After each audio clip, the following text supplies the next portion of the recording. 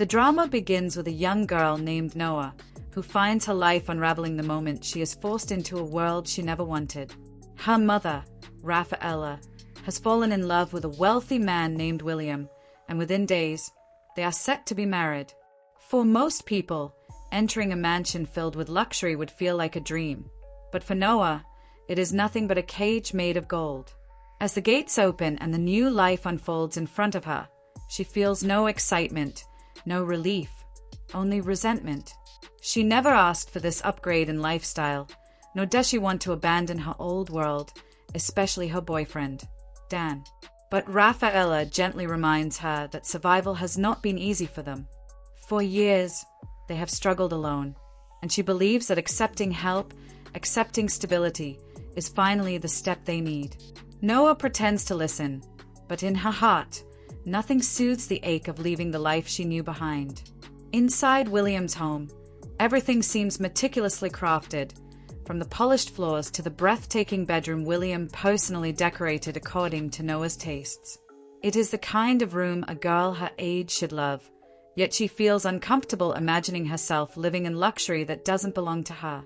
She tries to adjust until she hears of another presence in the house, William's son, Nick, who is soon to become her stepbrother. The idea unsettles her, as if a collision between two worlds is about to begin. And it does, the very moment she walks into the kitchen and almost collides with him. Their introduction is tense, awkward, and marked by instant dislike. A dropped phone, a barking dog, and a chaotic misunderstanding immediately set the tone between them. No matter how much their parents try to smooth things over, the air between the two teenagers remains electric and unpredictable.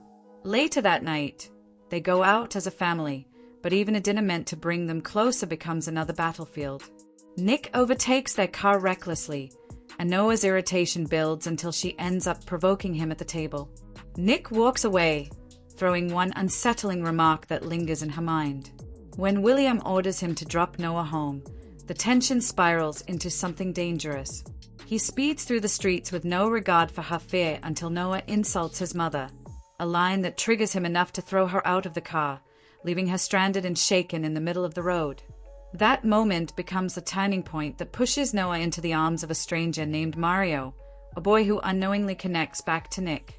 Soon, Noah finds herself stepping into a wild party filled with music, chaos, and the shocking sight of Nick kissing girl after girl as if he were untouchable. Her anger explodes, and she punches him in front of everyone, unleashing all the frustration she has been holding inside. But beneath the chaos is an unspoken connection neither of them can deny. When a dangerous boy named Ronnie tries to give Noah a spiked drink, Nick intervenes, tearing her away from danger and taking her home. In her drunken haze, her thoughts blur, and her words linger too close to forbidden desires. Nick carries her to her room, fighting the impulse to cross a line he knows will change everything. The next morning, she tries to uncover what happened, but Nick's teasing only fuels her confusion. She escapes to the beach, hoping to clear her mind, unaware that Nick is always closer than she thinks. As time passes, their lives intertwine even deeper. Illegal street races, broken relationships, jealousy, and unexpected passion begin to shape the bond between them. When Noah discovers her boyfriend Dan cheating, her heartbreak pushes her into reckless decisions. She kisses a stranger for revenge until Nick steps in once again. Only this time, he becomes part of the storm.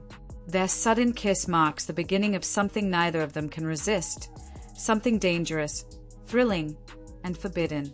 The world around them moves fast, races are won, tempers flare, and one impulsive challenge sends Noah speeding through the night behind the wheel of Nick's car. Her victory triggers a violent confrontation that exposes just how fragile Nick's control truly is. Days pass, and the truth behind Nick's disappearances emerges. He has a little sister named Maggie, battling cancer, a quiet reminder that beneath his wild exterior lies a boy carrying deep pain. When he returns home, the inevitable finally happens. Noah and Nick fall into each other's arms, crossing the boundary they've been dancing around since the beginning. Their stolen moments are intense and overwhelming, but reality never stays far behind. Dan returns, jealousy grows, Fights erupt, and the fragile secret between Noah and Nick begins to crack under pressure. Even when they try to stay away from each other, it feels impossible, like an invisible force keeps pulling them back. But everything changes when the monster from Noah's past returns. Her real father, Jonas, the man whose violent cruelty left scars on her body and trauma in her mind, is released from prison. His presence shakes the ground beneath Noah's feet. At a party, a cruel prank locks her in a closet, triggering the worst memory of her life. Nick becomes her savior again, pulling her out of the darkness and staying by her side through the night, even knowing the consequences. The next morning, their secret is discovered, and the world around them collapses. Nick is dragged back to deal with Maga's emergency, and Noah is left terrified of what comes next. But danger reaches her first. Ronnie ambushes her outside a shop, knocking her unconscious and delivering her straight to Jonas. When she wakes, she finds herself trapped with the very man who once destroyed her childhood. Jonas demands money, threatening her life in exchange. Nick, frantic and desperate, works with the police to track down Ronnie's car, hoping that this time he won't reach her too late.